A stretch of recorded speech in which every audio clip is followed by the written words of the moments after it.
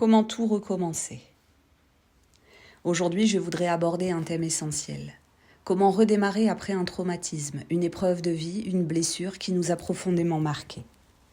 Lorsque nous traversons ces moments, nous avons parfois l'impression que tout s'effondre, que plus rien n'a de sens. Et pourtant, ce que la vie nous apprend, ce que les sagesses anciennes et les sciences modernes confirment, c'est que même au cœur du chaos, il existe un point d'appui. Ce point d'appui, c'est ce que nous pouvons contrôler. Et si l'on y regarde de plus près, il n'y a que 3 choses sur lesquelles nous avons réellement du pouvoir. Nos pensées, nos décisions et nos actions. Dans ce podcast, je vais partager avec vous pourquoi il est vital de se fixer des objectifs et de mettre en place des rituels après une épreuve.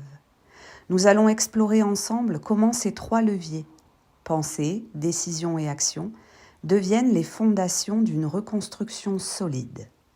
Nous ferons un détour par le stoïcisme, par Jung, par l'analyse transactionnelle, mais aussi par les neurosciences, pour comprendre comment l'esprit et le cerveau s'allient dans ce processus.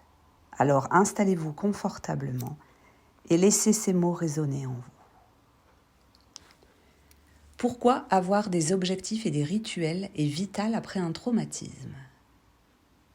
Un traumatisme, quel qu'il soit, nous laisse souvent avec une impression de chaos, comme si l'ordre de notre existence avait volé en éclats. Et face à ce chaos, notre cerveau a besoin de repères. Les objectifs et les rituels deviennent alors des piliers. Les stoïciens l'avaient bien compris. Ce n'est pas ce qui t'arrive qui compte, mais ce que tu décides d'en faire. Cette phrase d'Épictète résonne avec une puissance incroyable. Car un objectif, aussi simple soit-il, est déjà une décision, celle de tendre vers quelque chose, plutôt que de rester prisonnier de ce qui est arrivé. Mais un objectif seul ne suffit pas. Ce qui transforme la théorie en réalité, ce sont les rituels. Un rituel, c'est une petite action répétée chaque jour, à une heure fixe ou dans un contexte précis. Ce peut être écrire 3 gratitudes le matin, respirer profondément 5 fois avant de dormir, marcher 10 minutes chaque jour, peu importe. Et peu importe l'ampleur, ce qui compte, c'est la régularité. Pourquoi est-ce si puissant? Parce que les neurosciences nous disent que le cerveau adore la régularité. Les rituels créent des circuits neuronaux stables qui apportent sécurité et apaisement. Après un choc, où tout semble incertain, répéter une habitude choisie, c'est comme reconstruire une maison brique par brique. Carl Jung l'expliquait à sa manière. Le chaos du monde extérieur réveille nos ombres intérieures. Or, si nous n'avons plus de structure pour contenir ces ombres, elles nous envahissent. Les rituels, eux, sont comme une structure qui permet à l'inconscient de s'apaiser et au conscient de reprendre la main.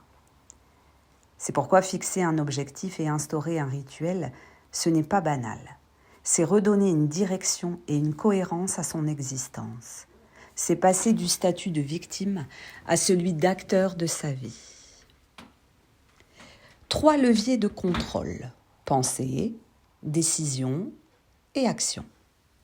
Maintenant, entrons dans le cœur du sujet. Vous ne contrôlez pas le passé. Vous ne contrôlez pas ce que les autres font.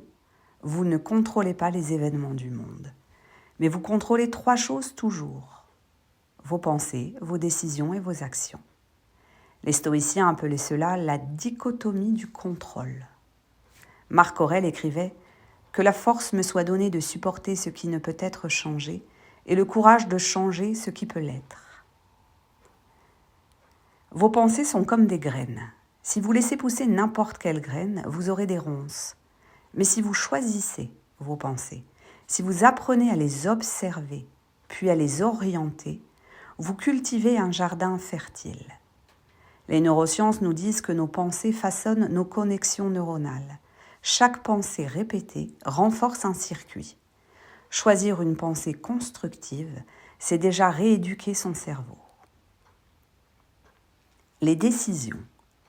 Une pensée reste abstraite tant qu'elle n'est pas suivie d'une décision. Jung disait « Vous êtes ce que vous choisissez de devenir ». La décision, c'est le passage du monde intérieur au monde réel. En analyse transactionnelle, on parle d'état du moi adulte. C'est depuis cet état qu'on prend des décisions conscientes qui ne viennent pas d'une réaction d'enfant blessé ou d'un parent critique. Les actions. Enfin, c'est le seul langage que le monde comprend vraiment. Une action, même minuscule, vaut plus que 1000 pensées non suivies d'effets. Les neurosciences expliquent que l'action déclenche une boucle de récompense. L'accomplissement même, petit, libère de la dopamine, ce qui nourrit la motivation et entretient le cercle vertueux. Ainsi, en reprenant la main sur vos pensées, vos décisions et vos actions, vous réinstallez une forme de souveraineté intérieure. Même si l'extérieur est instable, vous redevenez capitaine de votre navire. Comment appliquer ça dans notre quotidien? Alors concrètement, comment faire? Je vous propose une pratique simple en 3 étapes. Une pour chaque levier de contrôle. Les pensées. Chaque matin, prenez 2 minutes pour noter une pensée qui vous inquiète ou vous limite. Puis, juste en dessous, reformulez-la de manière constructive. Par exemple, pensée limitante, je n'y arriverai jamais. Reformulation, j'ai déjà surmonté des épreuves, je peux avancer pas à pas. Cet exercice répété recable progressivement le cerveau. Les décisions. Chaque jour, choisissez une petite décision consciente. Pas un grand changement, mais une micro-décision, comme « Aujourd'hui, je marche 10 minutes » ou alors « Aujourd'hui, je bois un verre d'eau en pleine conscience ». Cela peut sembler minime, mais chaque décision renforce votre capacité à orienter votre vie. Les actions. Engagez une action concrète qui devient un rituel.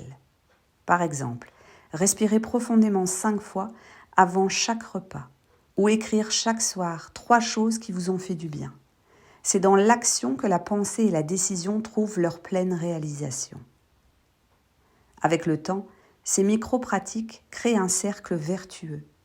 Vos pensées deviennent plus apaisées, vos décisions plus affirmées, vos actions plus alignées, et vous avancez. Jung parlait du processus d'individuation, devenir pleinement soi-même malgré les blessures et les ombres. Chaque petite pratique quotidienne est une pierre posée sur ce chemin. Et l'analyse transactionnelle nous rappelle, en choisissant depuis notre état adulte, nous cessons de répéter inconsciemment des scénarios du passé. Nous redevenons libres. Alors que retenir de tout cela? Après un traumatisme, la tentation est de s'arrêter, de se laisser envahir par le désespoir ou la confusion. Mais rappelez-vous, vous n'êtes pas impuissant. Vous avez toujours 3 leviers, vos pensées, vos décisions, vos actions. En vous fixant des objectifs, en créant des rituels, vous reconstruisez votre monde intérieur. Vous redonnez une direction, un sens, une cohérence. Vous ne contrôlez pas la tempête, mais vous pouvez tenir la barre. Les stoïciens, Jung, l'analyse transactionnelle et les neurosciences nous disent tous la même chose, chacun à leur manière. Lorsque vous reprenez en main ce que vous pouvez contrôler, vous réparez votre vie de l'intérieur. Alors je vous invite à commencer dès aujourd'hui. Une pensée choisie, une décision consciente, une action concrète. Et demain, recommencez. Petit à petit, vous verrez que ce qui semblait insurmontable devient un chemin de transformation.